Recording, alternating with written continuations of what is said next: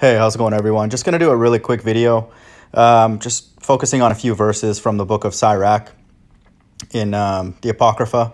This is an excellent book for anybody who wants like wisdom on the day-to-day, and how to sort of handle oneself.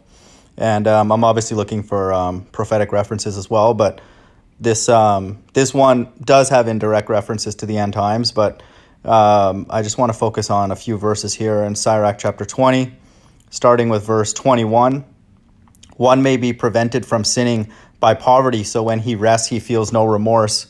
Again, this gives us insight into one of the many reasons why God's heart is with the poor. This is obviously not exhaustive, but it makes sense that poverty, even for those who are poor / homeless, but even those who are approaching poverty or poor in other ways, God can actually use this poverty to prevent people from sinning. And this, again, is just very, very logical.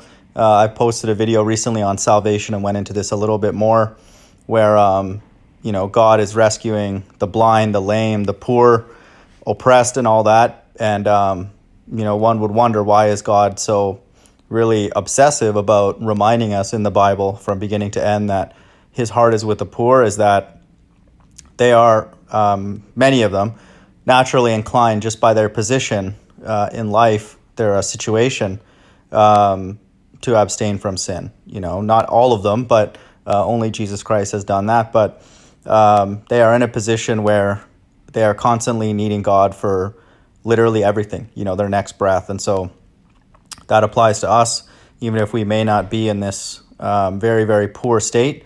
But it's a very, very good lesson either way. And it's good for us to know, the heart and mind of God, and that he does actually care about sin and the law being obeyed. And then his spirit can rest much easier amongst the poor for this very reason.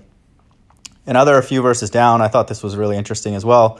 Verse 24, a lie is an ugly blot on a person. It is continually on the lips of the ignorant. A thief is preferable to a habitual liar, but the lot of both is ruin. A liar's way leads to disgrace, and his shame is ever with him. And so this, again, to me, shows that how much God hates lies. Because if someone is a thief, again, where the Bible and me, myself, obviously, through my channel, would never recommend somebody to steal. But a thief can restore, what they've taken, and, give more, and we've seen that in examples in the New Testament, with Zacchaeus and other stories of tax collectors who've done wrong, and then they've restored people's goods and then given them extra for what they've done.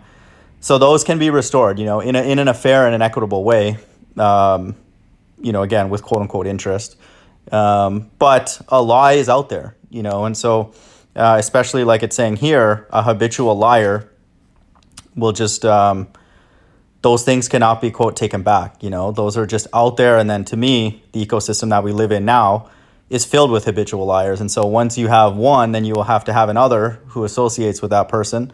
Because if you're around a habitual liar, you are forced to either put up with it or lie yourself. And then if you have that number grow, and then we have a world, it's not funny, but billions, then that's you can't come back from that. You can't, quote, pay people back and, quote, fix that and undo that, obviously without God's intervention in the days that we live in now. And so it says here that, habitual liar will be ruined as well, and then also a thief. So God's not diluting it. He's just using it as an example to show the hierarchy of sin. And there are some sins that are worse than others, and definitely a liar, a habitual one, cannot interact with the God of the Bible, because they obviously can't be trusted with anything. And it's that person will never be able to confess things to God that God already sees, and he already knows. And so that immediately puts a massive chasm between an entity and the God of the Bible, because God knows everything. And so there's really no point lying. There's no point lying here on earth, because it's going to get us nowhere. Ultimately, like it says here, ruin. And there's no point in lying, with our head lifted up towards God, because he knows everything. And so it makes absolutely no sense. A person who would ever do that towards God is programmed to do that. And then a person who does that habitually here is the same thing. So just a few good verses. Again, an excellent book. Apocrypha is very, very worthwhile book to read. Not just this one and Second Ezra's, which I've gone through already, but just from what I've been reading, it's just a fantastic group of books that you can just tell they're canonical just by the message that they're sharing. Hope everyone's doing well. Bye.